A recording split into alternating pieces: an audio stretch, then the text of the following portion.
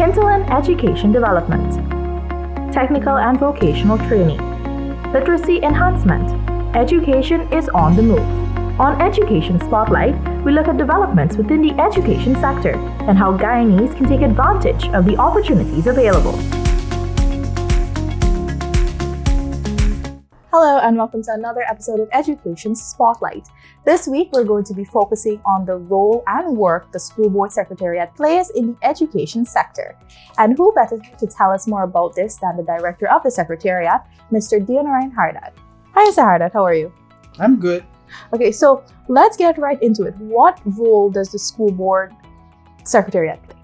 The School Board Secretariat plays an integral role in the effective administration and management of institutions governed by boards.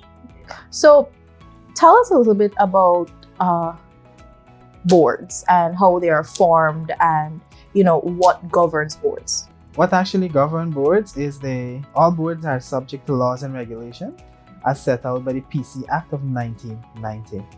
At presently, there are 37 boarded institutions.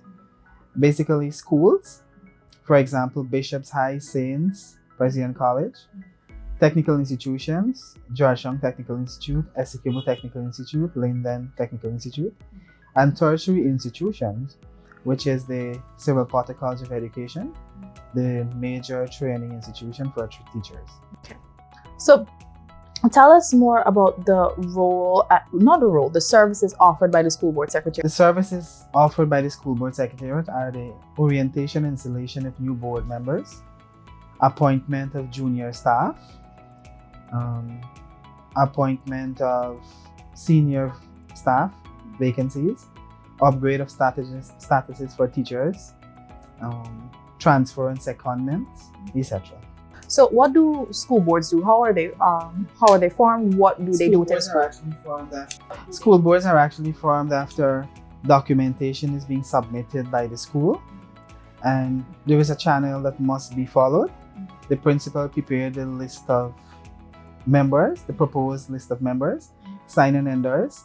It will then be dispatched to the Department of Education for signature for the REDU. It will then be sent also to the Regional Executive Officer.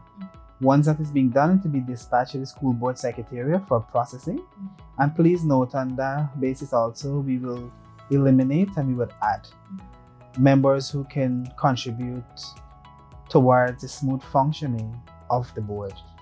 So basically, these boards are governed by a chairman, and we have no less than 12, no more than 22 members on a board. Also, the principal and the deputy, they are considered to be ex officios on this board. Once these boards are formed and they are installed, then the board chair will have monthly meetings. At these monthly meetings, there are also various subcommittees that are formed. We have the HR and Disciplinary Committee, we have the Cultural Committee, we have Curriculum and Development Committee, then we have the Finance Committee, which actually manages the financial affairs of the institutions. Because from time to time, they may have fundraising events and so. And we know finance is a big thing. We want transparency. And within the Ministry of Education, anything that is being done, it's not done in privacy. It's very much transparent to the eyes of the public. Okay.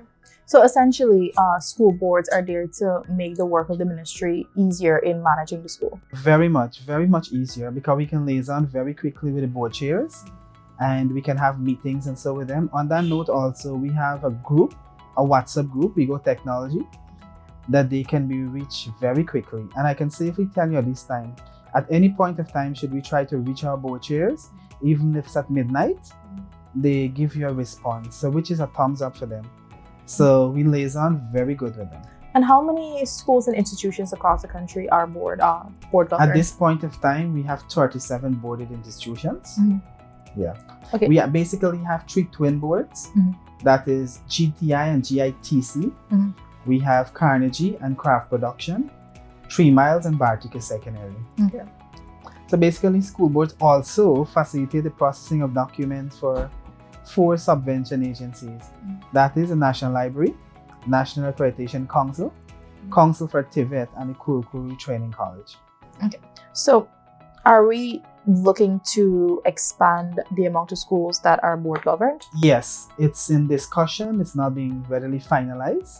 We have schools that are under construction currently that we're looking to be board schools so they can be easily managed and governed. So before we wrap up, is there anything else you'd like us to know? Sure. Under the PC Act of 1990, school boards are deemed corporate bodies. School boards have as much power and authority as a Teaching Service Commission. The board must respect existing rules, regulations, and practices in the discharge of their mandate. Okay. Thank you so much for your time. Thank you Mr. so much. Harder. You're most welcome. This has been another episode of Education Spotlight. Thank you for watching, and do join us again next time for another edition. Goodbye.